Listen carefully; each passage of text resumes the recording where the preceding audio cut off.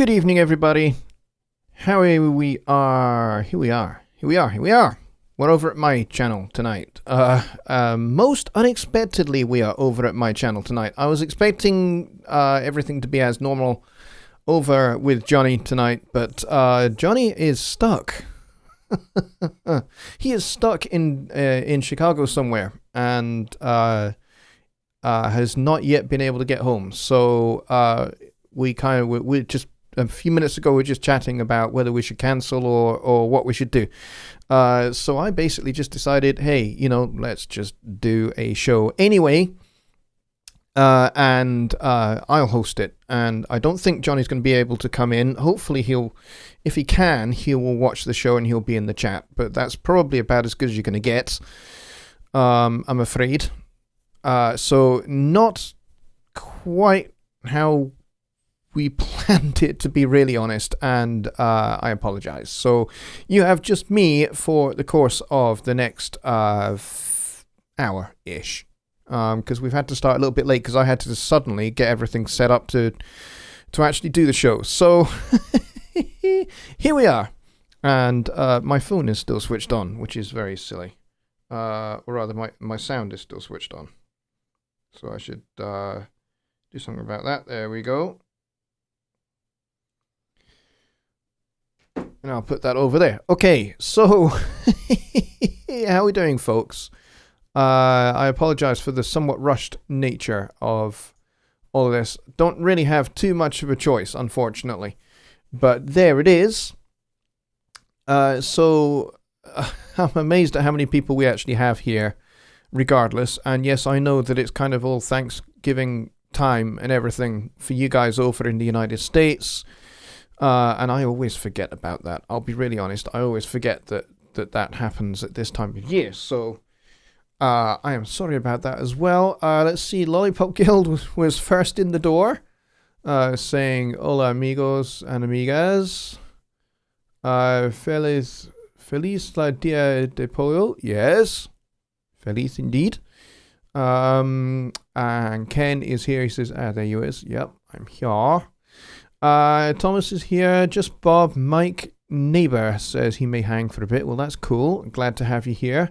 And Mika Han was here, and the first thing he did was remind me that I'd put the date incorrectly. But I have changed that now because you guys in the States are not yet in the 28th, whereas we in Europe and this side of the Atlantic and beyond are already well into the 28th, especially if you're in Australia.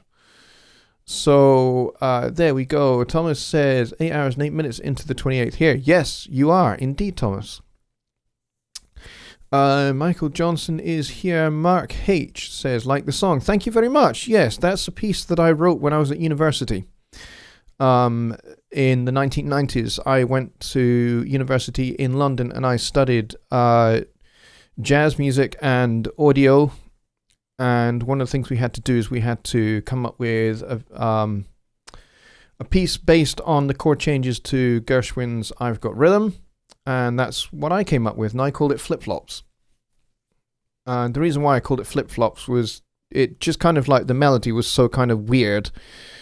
That's just kind of, it was tripping people up quite a lot. So that's kind of what came to mind. So that's what we called it, Flip-Flops. So there you go. That is a very old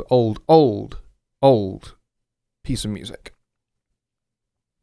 And what you heard actually is the MIDI mock-up that I made in, 1994.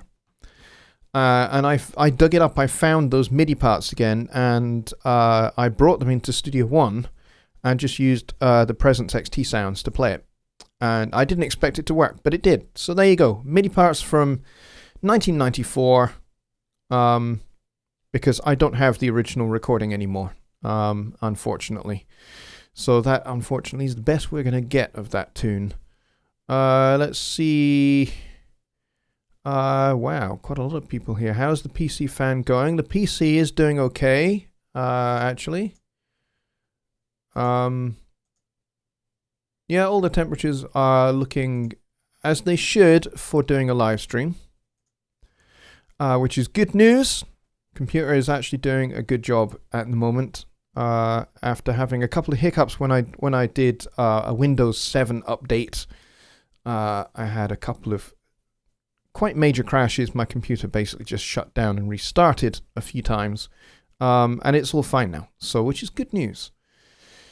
Seems to be working well, and I'm glad of it. Lollipop says, posted link at HST Facebook group. Thank you very much. I appreciate that. Ken says, busiest travel day of the year today. Yeah, I would imagine it would be, given that it's Thanksgiving, tomorrow, I think it is, isn't it? So I would imagine that, yes, it might be a busy time traveling, people trying to get to be with family and stuff. Mika says, I got stuck in absolute gridlock in downtown Miami this afternoon. Took an hour and a half for a 15-minute drive. Oh, gosh, yes. I know what that's like. Actually, this evening, because it's this evening for me. In fact, it's midnight for me. But earlier on this evening, I took my daughter to her National Youth Choir Scotland rehearsal. And normally we would go in the car with my wife. But my wife was late getting out of work. So we had to go take the bus. And what should have been like a 40-minute bus ride turned into like just over an hour and 20 minutes. But there was a point where we were completely stationary for about 15 minutes. And I was just like, we're not going to get there. It's just not going to happen. We're not going to get there. But we made it, and we got there on time, which is cool. But yeah, traffic was horrendous. So there we go. And Beatrice is here. Hey, I missed a song. No, you didn't. It's just the intro music, which I play for every stream. So you know what I'm talking about, really. Lollipop Girl says, don't you know the Spanish word for turkey? Polo is the best I can do. I don't remember what the Spanish for turkey is, but polo will do. Jonny has just posted me a message. I need to go and read that. Just bear with me a sec. He says, sadly, I'm mobile, so sorry, man, I owe you big time. That's okay. I don't know whether Jonny can hear it or not, but don't worry. Not a problem. It happens sometimes, so not a problem at all. Let's go over here.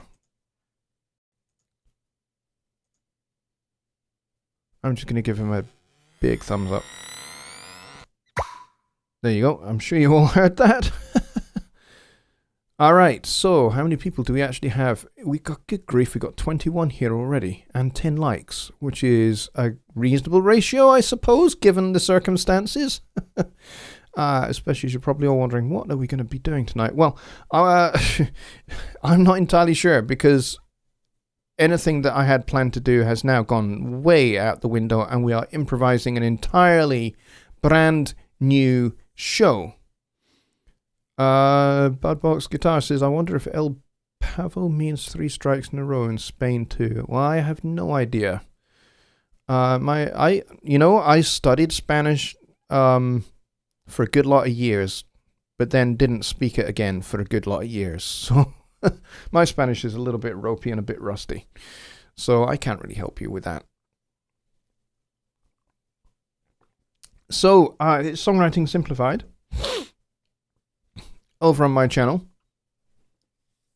So I don't know what we're going to do, because we are totally improvising. So I guess what we'll do is we'll just make this a Q&A session, and you guys can just ask me questions, basically. So the show can be entirely yours. And normal service will be resumed next week, I guess. And it'll be the first show of December next week. Mika says, perhaps you can misread the chat posts. I'm sure I could do that. Or I could read all your chat posts backwards. For example, Mika has just said, post chat the misread, can you perhaps? Fun always. Yep, that's always entertaining. Let's see. Yeah, okay. So let's do that. Let's make it a Q&A session. You guys can just ask me your questions. And you know, we could just keep it to the songwriting scope of things.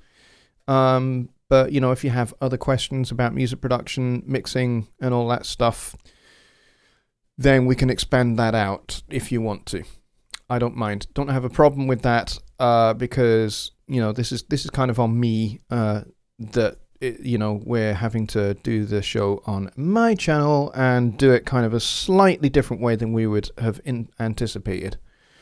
All right, so if you guys get your questions and type as fast as you possibly can, get them into the chat. That would be very, very cool, and I can play some Fender Rhodes as well. Get rid of that horrible reverb because we don't need it. There we go. That's better.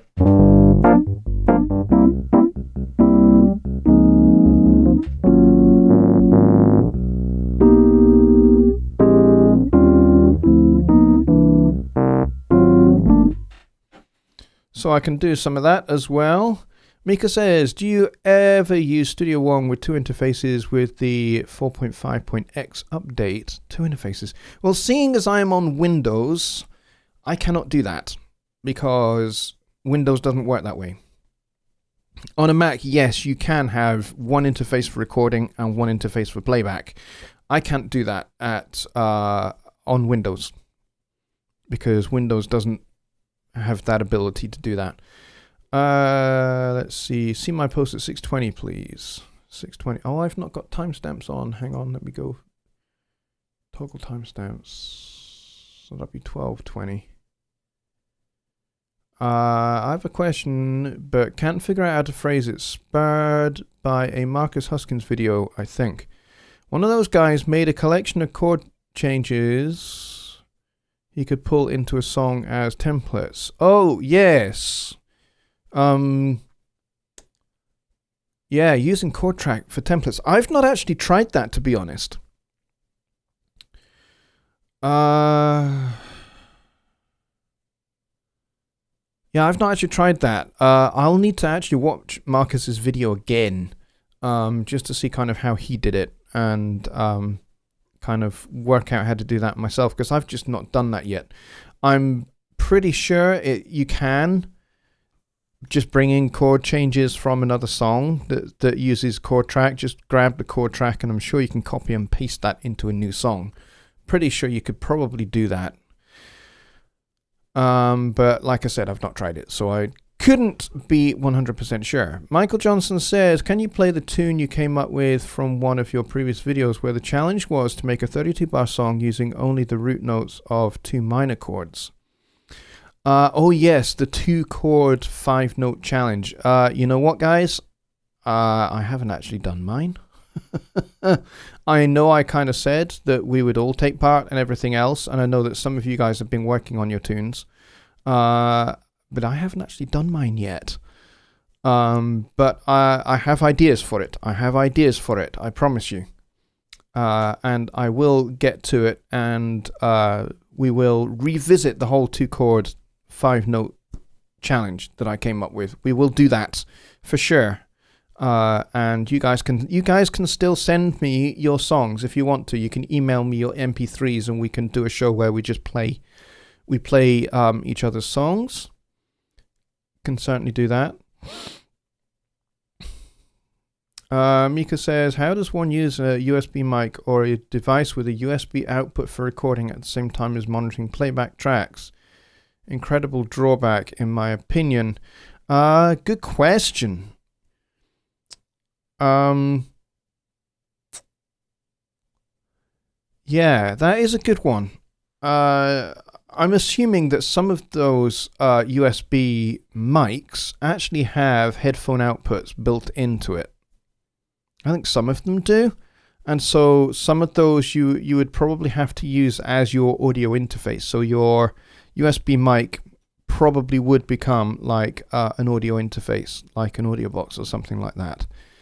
And I imagine that it has kind of like some kind of headphone input into the device itself. But I don't know. I've not really looked at USB mics, I'll be honest. I should maybe do a little bit more research and look into those and see what the story is. But certainly on a Mac, you can aggregate devices. I know that you can do that, and I know that in Studio One, you can select two completely different interfaces. But you can't do it in Windows. Michael says, good, I haven't done mine yet either. Yeah, well, I guess I didn't really put a deadline on it, and maybe I should have. Maybe I should have said, hey, by X date, we will do a show where we will play everybody's songs, and you need to have your songs done and submitted like the week before. Oh, Mike has got to go because his kids are giving him grief. Sorry about that, Mike. Go and have yourself a great evening, and you can catch the replay later if you would like to. Let's see. Let's see what else we got here. Dietrich says he just did a new one on a free app for a mic. Oh, well, I've not seen that video, so I couldn't comment on it. Let's see. Ken says, lots of Black Friday deals now. What plugin is top of your wish list? You know what? I'm going to be really honest. I don't buy a lot of plugins. I really just don't buy a lot of plugins. I buy what I think is going to be useful. What I will actually use. If I'm looking for something that I have a specific use for, then I will get it. Like if I don't have a tape machine emulator, then I would look at those kind of things. I would look at tape machines, and I would do a little bit of a look at that. Maybe the soft tube tape or something like that. If that was on a Black Friday sale, that would be something that I might get because, you know, I like having a tape in my master bus, so that I have that tape sound on my master output, which would be great. But yeah, I don't buy a lot of plugins, so I don't really stay on top of. I mean, pretty much every plugin manufacturer sends me an email pretty much every day saying, "Hey, check out this plugin, check out these. We got these on sale. We've got these on sale." Like Waves, just like have a perpetual sale, pretty much. Plugin Alliance regularly has sales.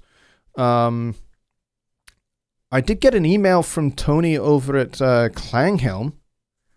Where he's just made all of his Catalina, all of his plugins are now, I think they are all now Catalina safe, which is great. And he's updated his plugins. So I think a lot of his compressors, for example, are now what he calls version 3 editions. And he's done quite a lot of work to update those plugins so that not only are they Catalina safe, but he's made some improvements as well. So if you are using some of his products, like the MJUC compressor, for example, go and update that, even if you're on Windows. Let's see. Bubbox Guitar says, JG has more than one audio input device and he's running on Windows. I am also running on Windows. I do have two interfaces, but you can't use both of them at the same time. So in Studio One, you cannot have one device for playback and one device for audio at the same time. What Jonny and I do with our secondary interfaces is we use those secondary interfaces for screen capture. So the reason you can hear me right now, even though I do have Studio One open in the background, the reason why you can hear me is because this mic is going into my PreSonus Studio 1824, and you can hear this guy as well, because this is going into the 1824, and then the main outputs are going into my monitor station, and then I send a copy through the Q output of the monitor station into my second interface. And the second interface is what OBS is listening to. So that's what you're hearing right now. You're hearing the output of my second interface. And everything is summed through my monitor station into that. So Studio One, my mic, and my keyboard are all going through the 1824, summed into the monitor station, and then that output is all going into my second interface. The reason why Jonny and I have to do that is because of the quirk of way Windows works. Because you cannot do aggregating like you can in a Mac OS situation. So the way around that, because if I was to set this up so that OBS was listening to my Studio 1824, you would hear me fine if I did not have Studio One open. As soon as I open Studio One, this mic would shut off. You wouldn't be able to hear it. And OBS and Studio One can share the same audio device. And my 1824 is my only audio device, essentially. It's my main sound card. So if I didn't have that second interface, you wouldn't be able to hear me. I wouldn't be able to make my videos because Studio One would completely control my 1824. So no audio would ever get into either Camtasia or OBS. So the workaround for that is you have to have a secondary interface that your screen capture software listens to with everything summed together to it. That's the only way it works in Windows.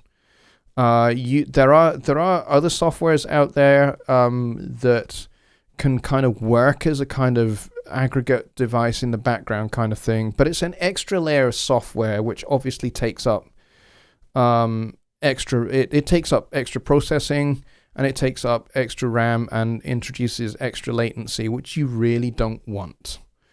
Which is what Michael just said. He said you can aggregate in Windows with ASIO for all, but it introduces latency. That's exactly correct, which is why I don't do it, because in the early days of making videos, that's exactly what I did.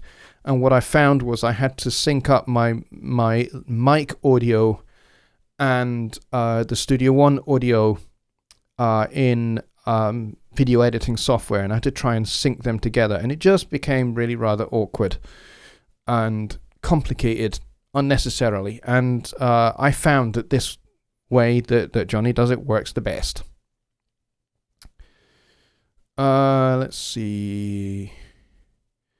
Lollipop Girl says, creating groove templates from MIDI files. This one, yes, MIDI files. Oh, that's what you're talking about. Yes, you know what? I've never done that. I've never created a groove template from MIDI files, but I'm sure it's pretty much as easy as bringing the MIDI file in, maybe using the drum track MIDI file and bringing that into the tempo track to map the whole song to that MIDI part. I'm absolutely sure you can do that. Lollipop Kill says it is on his Windows machine because he runs a Mac too, if I remember correctly. Okay, not sure who you're talking about there. And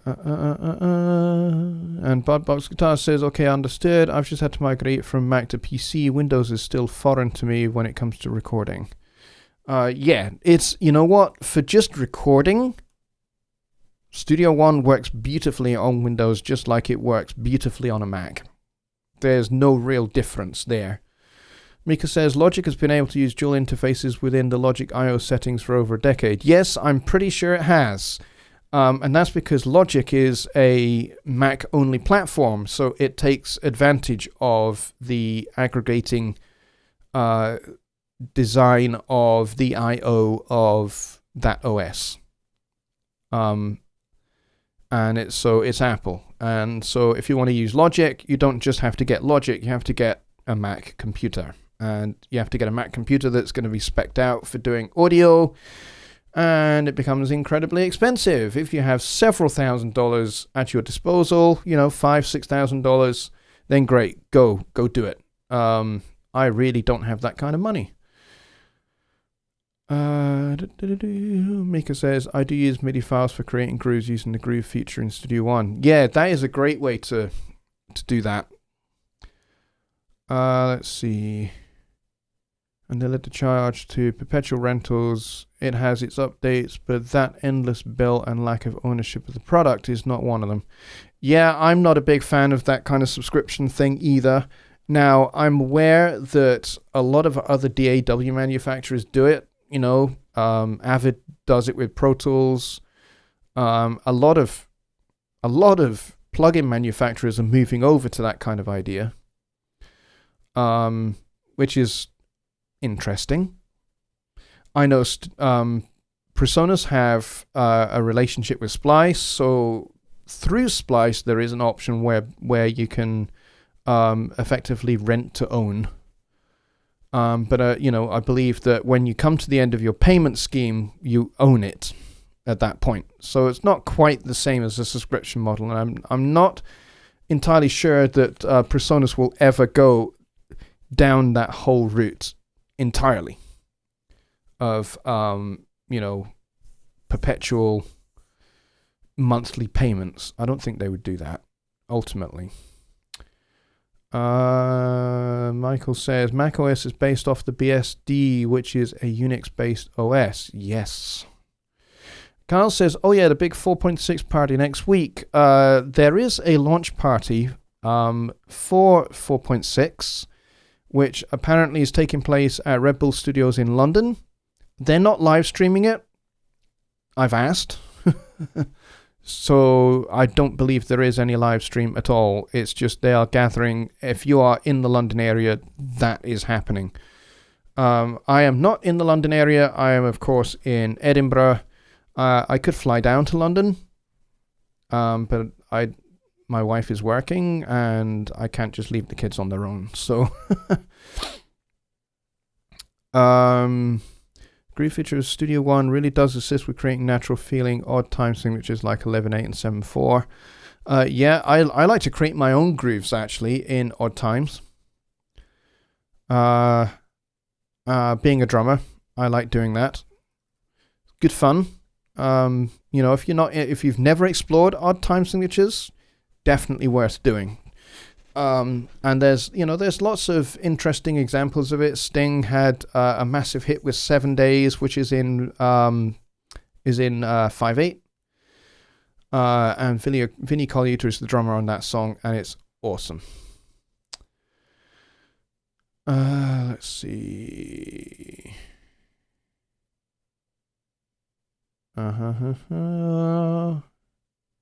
Lollipop Guild says, I'm not sure why his video isn't doing it for me. It doesn't help. I can't run it alongside Studio One to follow in real time. Well, you can if you have your audio device, your sound card, your computer sound card set up so that you can do that.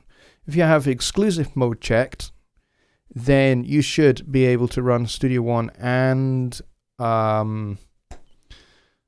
YouTube at the same time. I can certainly do that. I've been able to do that for a long time.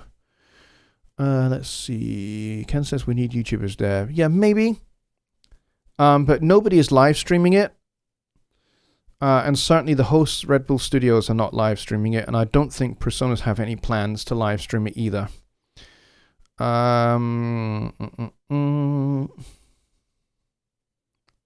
else do we have?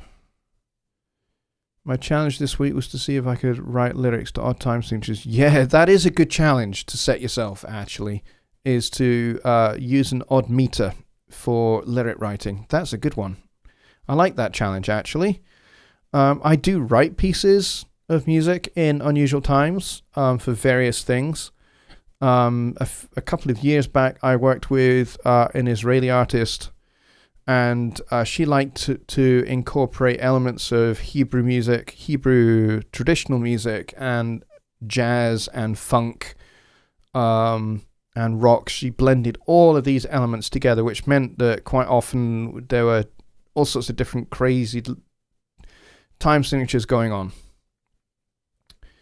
And it was great fun to play on her records. All I was doing was playing bass, and I did contribute a little bit in some of the arrangements of her songs as well, but I didn't help her write any of them or anything like that, because she's an incredibly talented singer-songwriter. So most of the time I was just playing bass, but some of the arrangements I did as well. And a lot of her stuff was in things like 11/8, but alternating, a bar of 11/8, then a bar of 7/8, 11/8, 7/8, 11/8, 7/8, and then you'd have like 11/8, 7/8, 11/8, and then a bar of 5/8 or something like that, and that'd be like a 4-bar phrase right there. And then she'd do the chorus in 4/4, and then we go back to this kind of 11/8, 7/8, 11/8, 5/8 kind of thing. It's great fun to play. Bit of a challenge because you have to really think on your feet. And you have to be able to, rather than count, the 1, 2, 3, 4, 5, 6, 7, 1, 2, 3, 4, 5, 6, 7, 8, 9, 10, 11, 1, 2, 3, 4, 5, 6, 7, 1, 2, 3, 4, 5, 6, 7, 8, 9, 10, 11, 1, 2, 3, 4, 5, 1, 2. If you did that, you'd go mad. So I didn't. You have to learn to feel where the 1 is. Or you have to kind of subdivide. Otherwise, you're just never going to get anywhere. So you have to basically divide things up into duplets and triplets, which is what we did. So for 11/8, we kind of had this kind of, what was it? Triplet, that's 9, and then a duplet. So it was 1, 2, 3, 1, 2, 3, 1, 2, 3, 1, 2, 1, 2, 3, 1, 2, 3, 1, 2, 3, 1, 2. And that's how we counted the 11. So you just be like da da da da da da da da da da da, and that's how we counted the 11. And then the same for 7. You just break it up into duplets and triplets. Otherwise, you just wouldn't have a chance. Let's see if I can catch up with this. Kyle's got to go. See you soon, Kyle. Good to see you. Let's see. Lollipop Girl says, that's been the root cause of all of my sound issues this year. Somewhere is a conflict between Windows Audio and Studio One over the audio box. And I don't think there is a conflict, because I used to have an audio box USB. I used that for 5-6 years. And what you have to do on Windows in sound settings, you have to give exclusive mode. You have to check the exclusive mode box. And there's another box as well there that you need to check.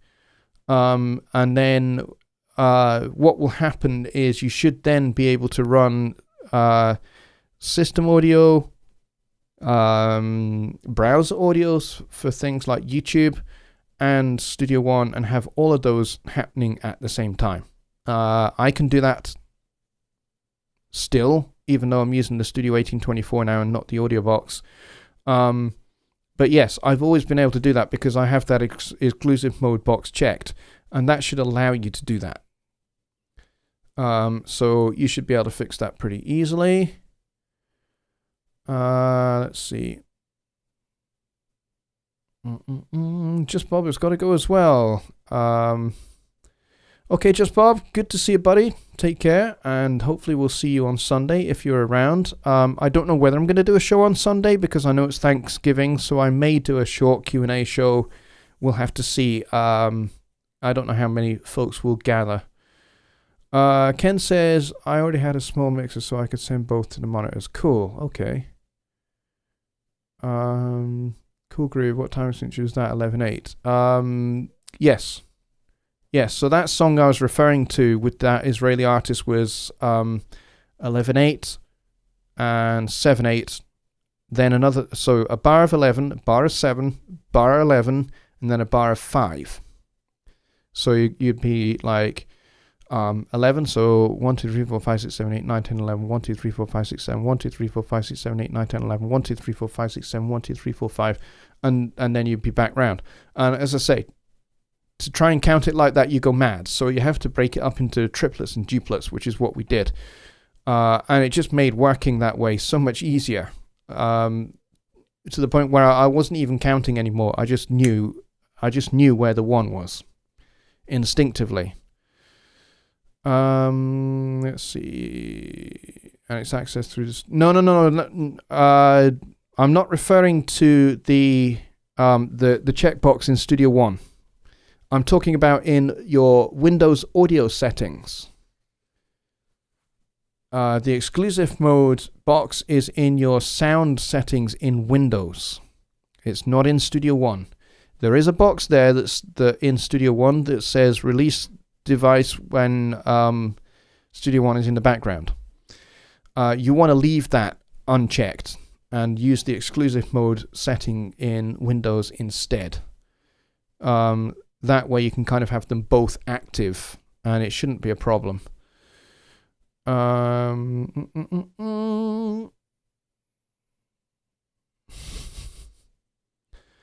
Mika says, the best Thanksgiving movie, Planes, Trains and Automobiles. It's a great movie. It's a fantastic movie. About two guys trying to get home for Thanksgiving. Funny and with a beautiful sad ending. Yes, it's a great movie that is, featuring the late great John Candy, who was hilarious. And I think the casting was great in that film. They got it perfectly right. And the scenario is wonderful. And the way they used the different modes of transport to help kind of amp up the tension between these two guys was brilliant. Just a great device to use, and it a situation that everybody could relate to. It was brilliantly well done. Really, really great film. Steve Martin and John Candy, and they were both fantastic, and the script was brilliant. I loved the script of that movie. And I think it won a lot of awards. And it had a really great supporting cast as well. There were some really good names, really big name actors and actresses that were in the supporting crew. So there you go. Yeah, that's a great film. And actually, I can relate to that film quite a bit in some respects, in that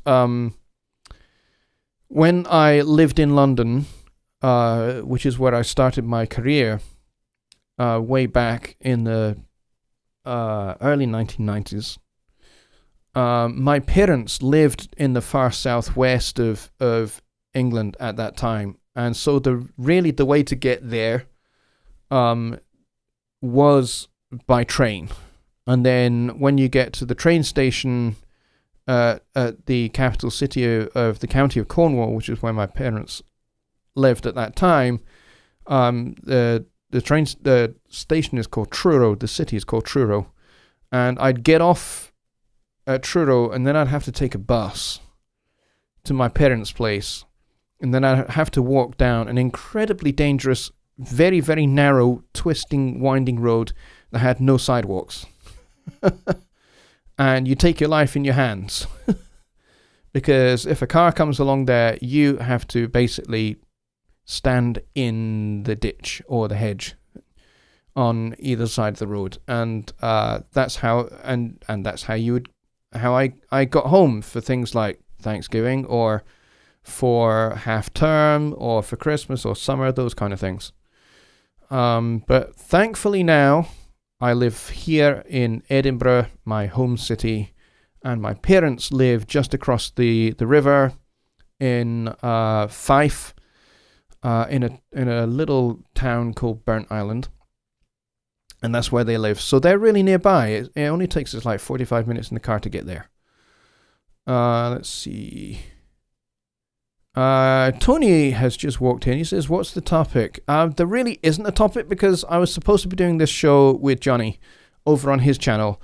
But Jonny is stuck in Chicago and is unable to get home in time to do the show. So I said, okay, that's fine. I will just do a Q&A show on my channel. So that's kind of what we're doing.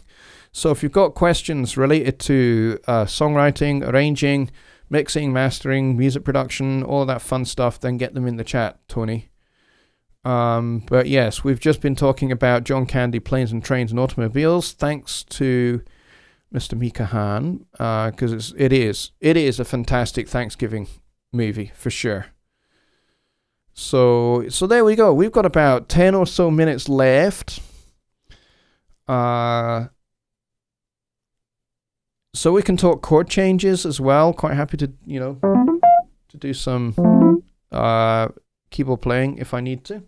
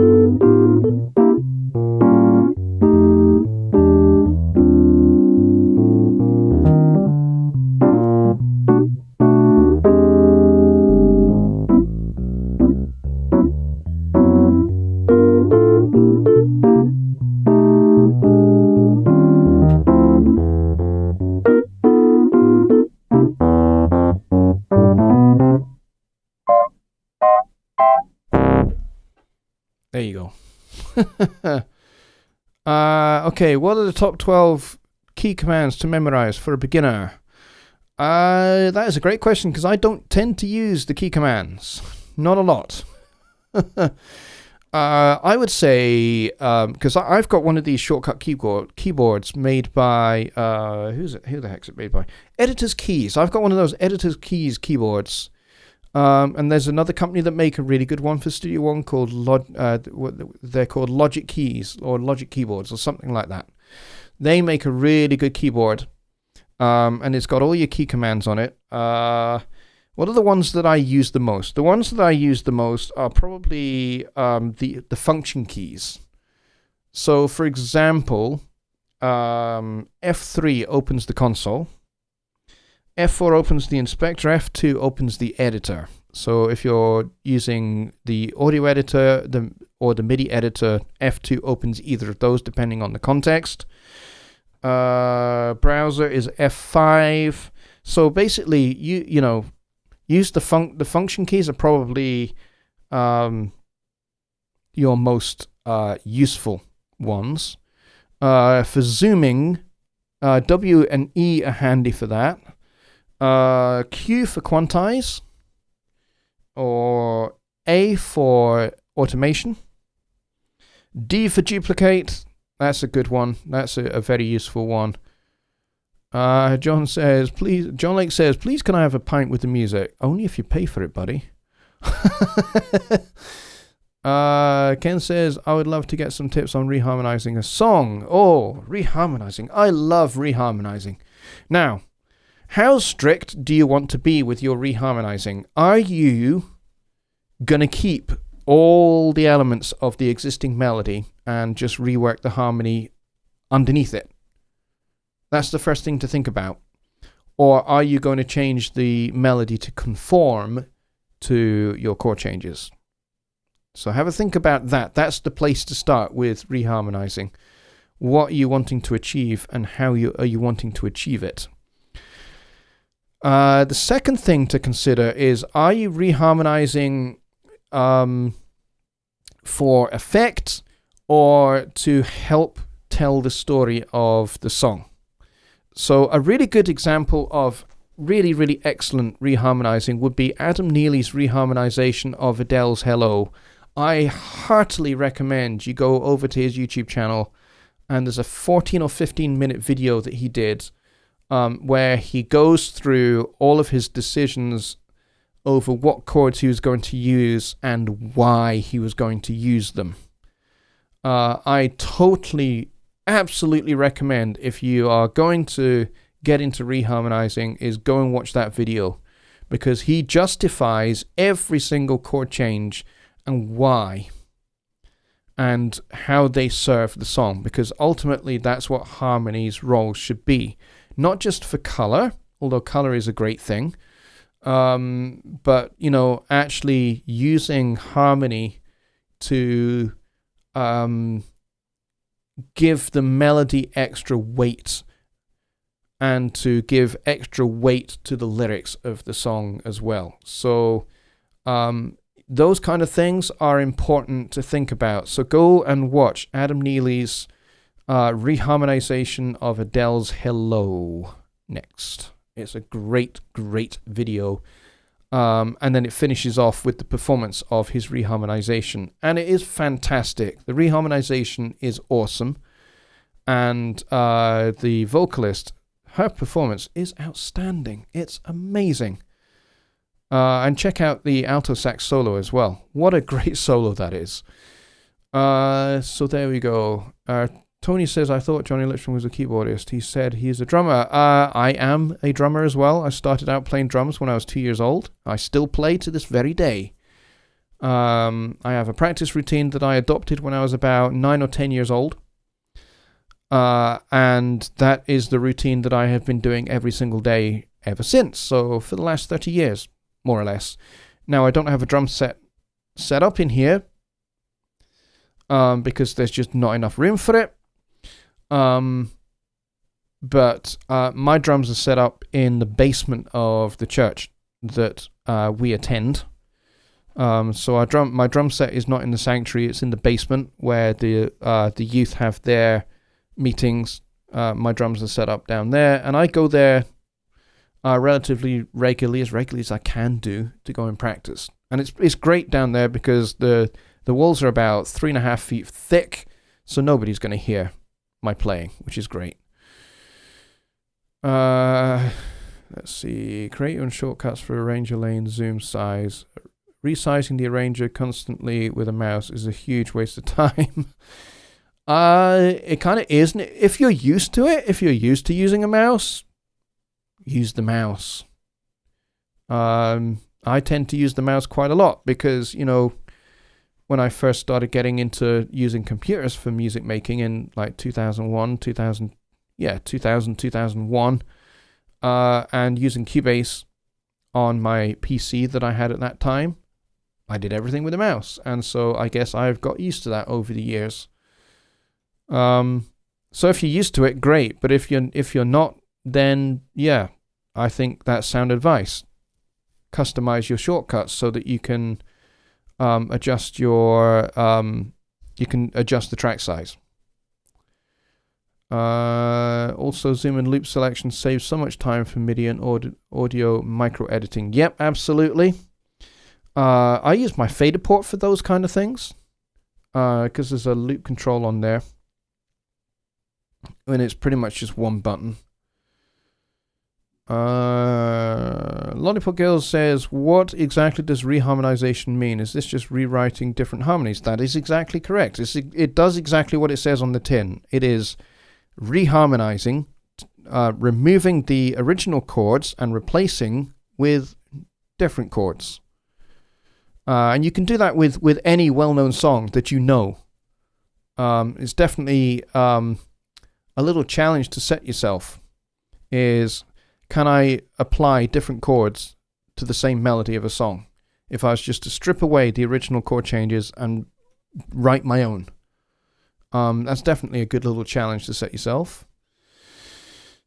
Mika says, I assign my favorite macros and keyboard shortcuts to control the buttons on my keyboard. Makes fast song construction and editing a breeze. Like a button for my normalize and -12 dB macro. Saves a ton of time. Yeah, there is a macro button that does that in Studio One, and definitely map that to a button on your keyboard for sure.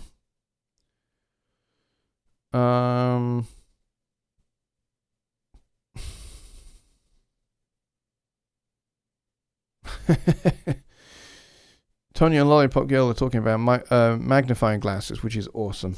Magnifying glasses are great. So let's go and see. We've got 18 people in here right now.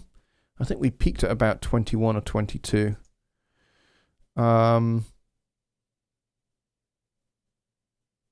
Lollipop says, would love to be a fly on the wall to watch your workflow. Yeah, I'm sure Mika has a really, really good one. He's been at it for a lot of years. I don't know whether people would find my workflow useful. I don't think anybody would find necessarily anybody else's workflow useful. I mean, maybe there are things that we can adopt and adapt for our workflows, but I don't necessarily think that, saying, hey, I'm just going to do things the way you do it, I don't think that's necessarily helpful. But certainly if you see somebody with a particular workflow and you go, hey, actually that's a faster way of doing it than I'm doing it, then definitely go and adopt that. Workflow is clean. I'm very fast at Pro Tools and Logic, getting fast with Studio One. Yeah, if you've been a Pro Tools and Logic user for a lot of years, you will be fast. I was blindingly fast in Cubase. And weirdly enough, I knew all the keyboard shortcuts for Cubase. And I was really fast at getting it done. And I didn't really use the mouse too terribly much. I had a combination. My workflow was kind of a combination of mousing and keyboard shortcuts. And I really knew the Cubase ones. But when I came over to Studio One, I didn't use the Cubase mapping. I could have, but I didn't. I decided, hey, it's a brand new DAW. I am going to treat it as a brand new DAW and not impose my own workflow developed in Cubase upon it. Because I think that's kind of how you can end up in trouble a little bit. We're trying to impose one DAW's workflow upon another DAW. I think that's how you come unstuck. And you start getting annoyed and going, yeah, if only it did it. If only Studio One did it the same way as it does in Cubase. I know a lot of former Pro Tools users who they'll spend a lot of time and they'll be going, oh, if only Studio One was like Pro Tools. I'm just like, you've missed the point, dude. Very funny, Wood Beast. Why did the police arrest the turkey? They suspected foul play. Very good. I like that. So yeah. If, you are learning from somebody else and you see that they are doing the same thing that you are, but they're doing it a faster way, absolutely steal that idea and adopt it and adapt it and make it your own. I completely agree with that.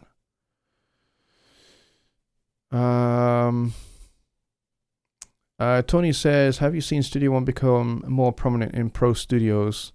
I know of a few studios in big major cities like London now where Studio One is being used maybe alongside Pro Tools. But yeah, I've seen Studio One being used in a few what you would call larger commercial studios. I've seen a few studios where they do use Studio One but they would also use Pro Tools and they would also use Logic. They maybe are multi-DAW rather than just Pro Tools. And I like studios like that because, studios like that are just, they're not kind of just stuck to one way. But I mean, there are some studios where they are a Pro Tools studio, and the reason why they're a Pro Tools studio is because they invested early on in the entire Pro Tools ecosystem. And once you're invested in that ecosystem, it's going to be very expensive to have to go and dump all that stuff and start again with another DAW. So they don't do that.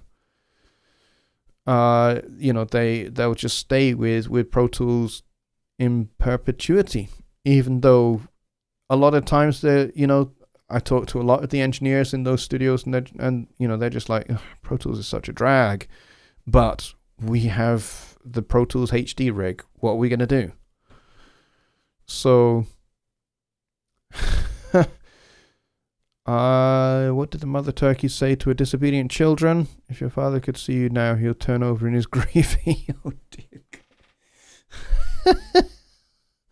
Okay. I think that deserves a...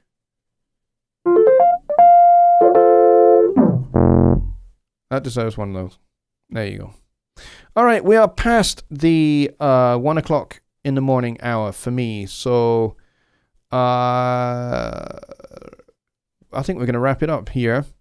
DAWs have allowed musicians and bands to do the work at home, essentially doing what would cost a bundle, but it's slower working with the DAW, but you have far more sonic capacity for home.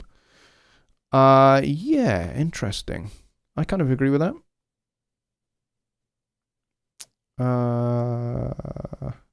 Whoopi says, I heard Jonny talking about the kids on YouTube. Okay. I'm not sure what you're referring to there. If you're referring to the whole new regulations on YouTube to do with your videos being made for kids or not made for kids, yeah, that's a big issue. And interestingly, it is an issue entirely because of the state of California, which is one very, very small part of the entire world. And YouTube is a kind of global thing for the entire world. So I find it a little bit... I find it actually amusing that state law in the state of California is now impacting upon the user experience of people on YouTube all over the world, and content creators are now being impacted by this whole made for kids, not made for kids thing, which is interesting. Why not create a channel to introduce children to personas? Yeah, could do. To be honest, kids learn music in a different way than adults do. That's not to say that introducing a DAW to kids is a bad idea. I don't think it is. I think it's actually quite a good one. I mean, I was introduced to making music on computers in the 1980s by a music teacher that I had in my school, who was he was an absolutely great music teacher. He was a great guy. And he brought an Atari ST computer into our school. And on it, he had Steinberg Pro 24. And that was where I got into making music on computers for the first time. And I guess I never would have gone down that route until, maybe later in life otherwise. But yes, maybe certainly to the high school age kids, maybe that is a good idea. I probably wouldn't want to introduce primary school kids to Studio One because I think it's probably way over their heads. Mika says, most people in studios use Pro Tools, Logic, Reaper, etc. Studio One is and will be a late bloomer. Well, Studio One is a young DAW. It's only 10 years old. Pro Tools has been around since the late 1980s. Logic certainly around that same time. Cubase certainly around that same time. I started using Cubase from version 1. And that was 1988, 89 that I started using Cubase. So, those DAWs have a massive head start on Studio One. So, Studio One is only 10 years old. Eventually, it will dominate. I think it will become, in version 3, the tagline for Studio One for version 3 was, the next standard. And I think that's true. I think that will happen.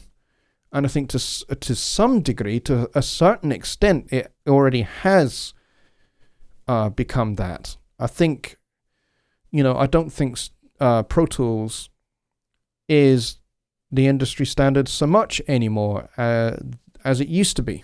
It used to be that was what was used in major label studios. And I think some major label studios are moving away from it. And some, big name producers are moving away from Pro Tools, and they're using other DAWs. Some are using Logic. Quite a few are using Logic. Some are using Cubase. But there are some that are using Studio One.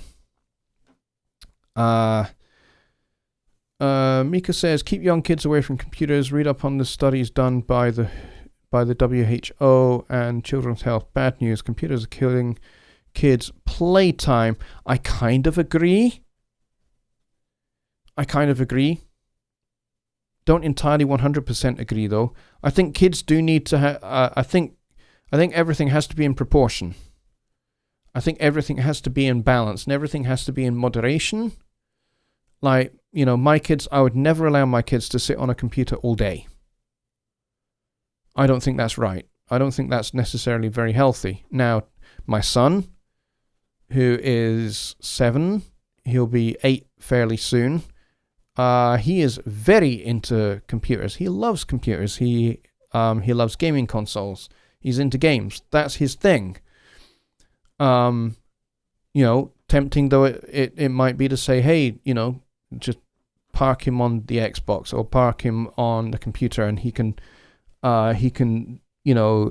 create projects. It's one of the things he likes to do, is he likes to create a project. So he will go and do some research using the internet on a particular project, and he'll create a Word document, and then he'll present it to us all.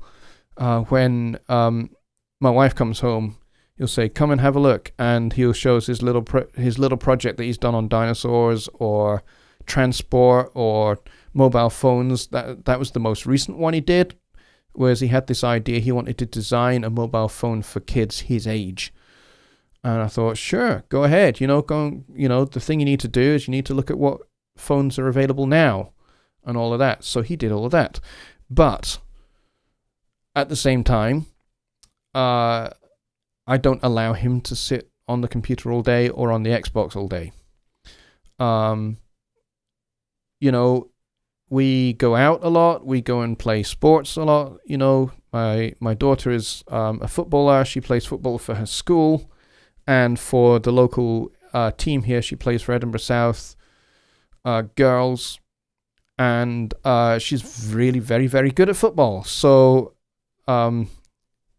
my daughter and my son, they play football together quite often. We'll go out to the park, or we'll go to the cricket club, and we'll play football on the outfield, or we'll play cricket. My son is into cricket. That's his thing.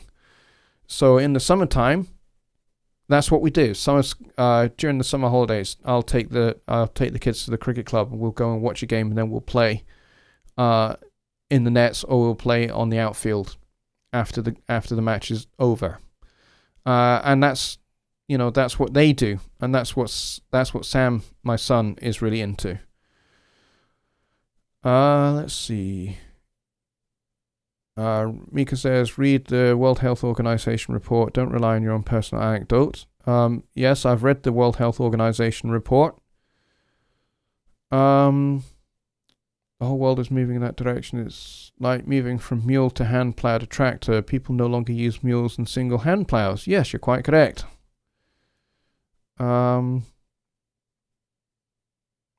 Yeah, Bud Box Guitars has a point there. Japan has a massive problem. They are saying it's down to kids getting into games, tech. They are having online relationships instead of real, and the population is stagnating. Yeah, that's what can happen if you don't regulate, how much time your kids spend online, which is what we do. We're very careful about how much being online and being on computers dominates their time. We want to make sure that our kids build proper relationships with people in the real world, that they build real world friendships, so that, later down the line, when they are much older, they are going to be much better prepared for having girlfriends, boyfriends, and eventually getting married and all of those kind of things that they will want to do as they get older. So yeah, that is an important issue.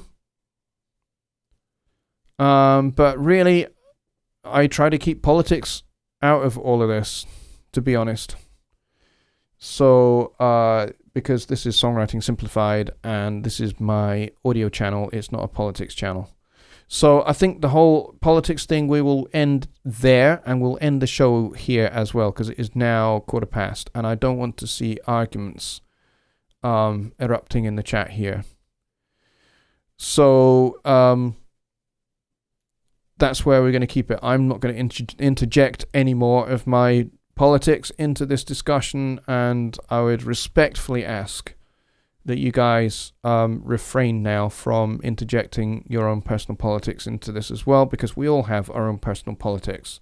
Some of us are left wing like me. Some of us are not. Some of us are centrists, and some of us are right wingers.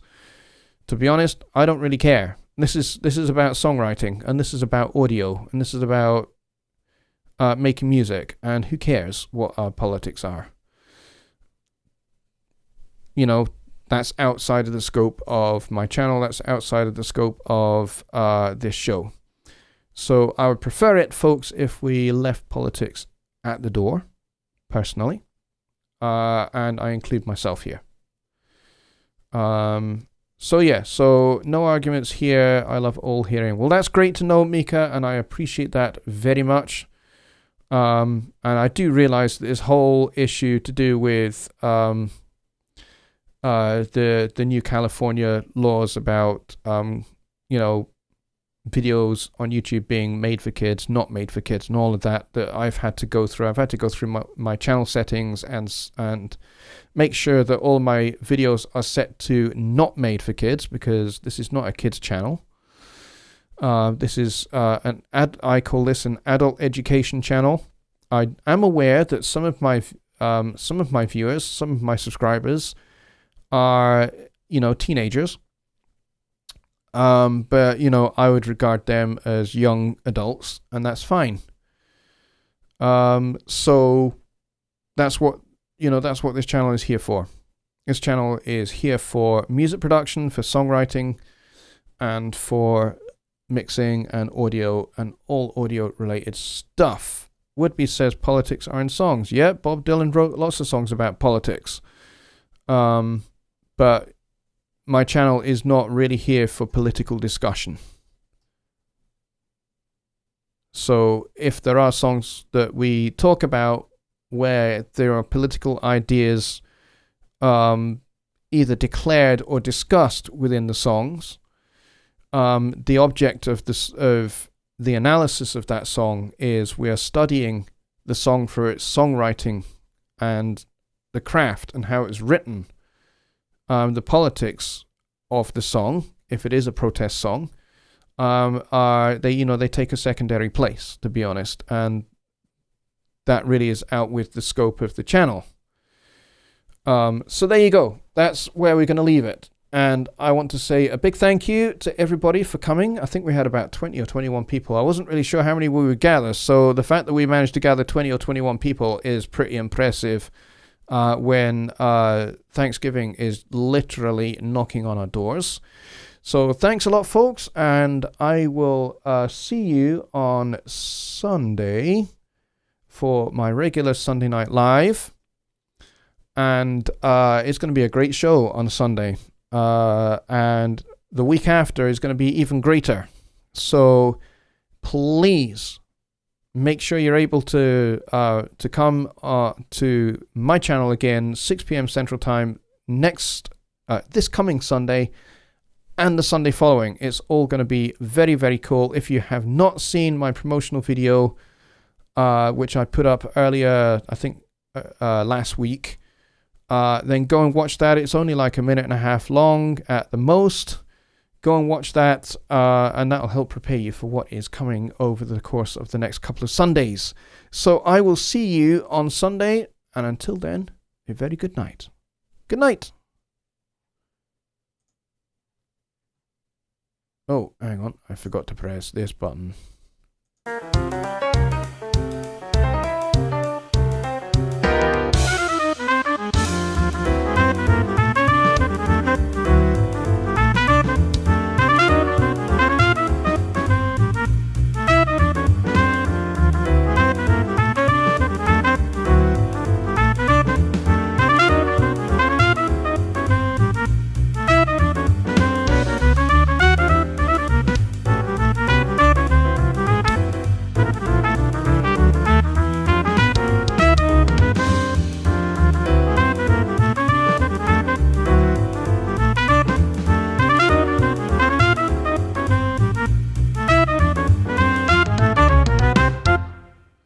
Thanks, everybody. Good night. Enjoy your Thanksgiving week and don't eat or drink too much. See you Sunday.